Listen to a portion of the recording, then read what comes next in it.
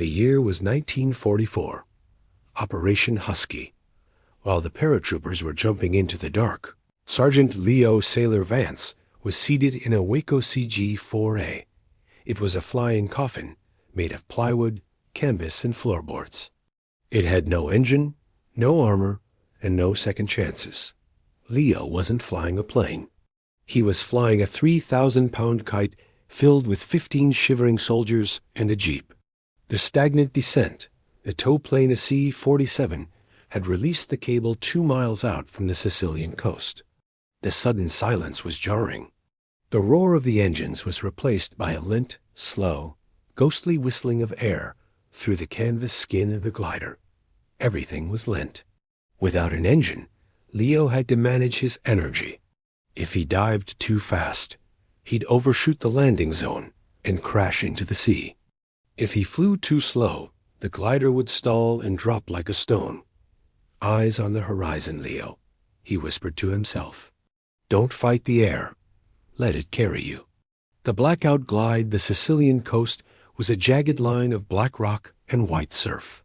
Because they were gliders, they were invisible to radar, but the searchlights from the Italian coastal batteries were scanning the sky. Is that the field, Leo? Asked the lieutenant behind him, his voice tight with fear. Leo squinted through the plexiglass. Below them was a small patch of grayish stone-walled vineyard. This was the Lent approach. He had to spiral down in a wide rhythmic circle. He couldn't go back.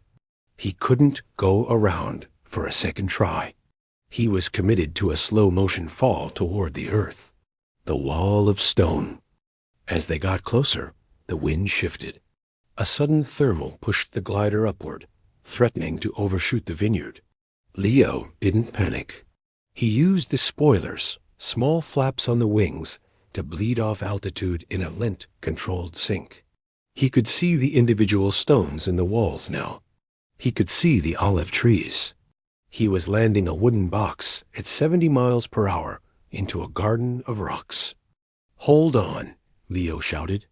The wheels hit the rough earth with a bone-jarring thud. The plywood floorboard groaned. One wing clipped an olive tree, shattering like a matchstick, which spun the glider around in a lint-grinding circle. The canvas ripped away, revealing the moonlit sky. The silent arrival. The glider came to a stop inches away from a massive stone farmhouse. The silence returned, heavy and thick, broken only by the ticking of the cooling metal of the jeep's engine in the back. The soldiers scrambled out, their boots hitting the dry Italian soil. They weren't a mile away from their target. They were exactly where they needed to be. Leo sat in the cockpit for a moment, his hands still gripped tight on the wooden control yoke. His heart was finally slowing down, matching the lent pace of the settling dust. The pilot's rest. The lieutenant stuck his head back into the wreckage. You brought us in like a feather, sailor. I didn't think we'd make that wall. Leo climbed out of the shattered cockpit, looking at the broken wings of his glider. It would never fly again. It had done its job once, and that was enough. The air is a patient thing, Lieutenant, Leo said, wiping the sweat and dust from his goggles. You just have to be lent enough to listen to what it's telling you.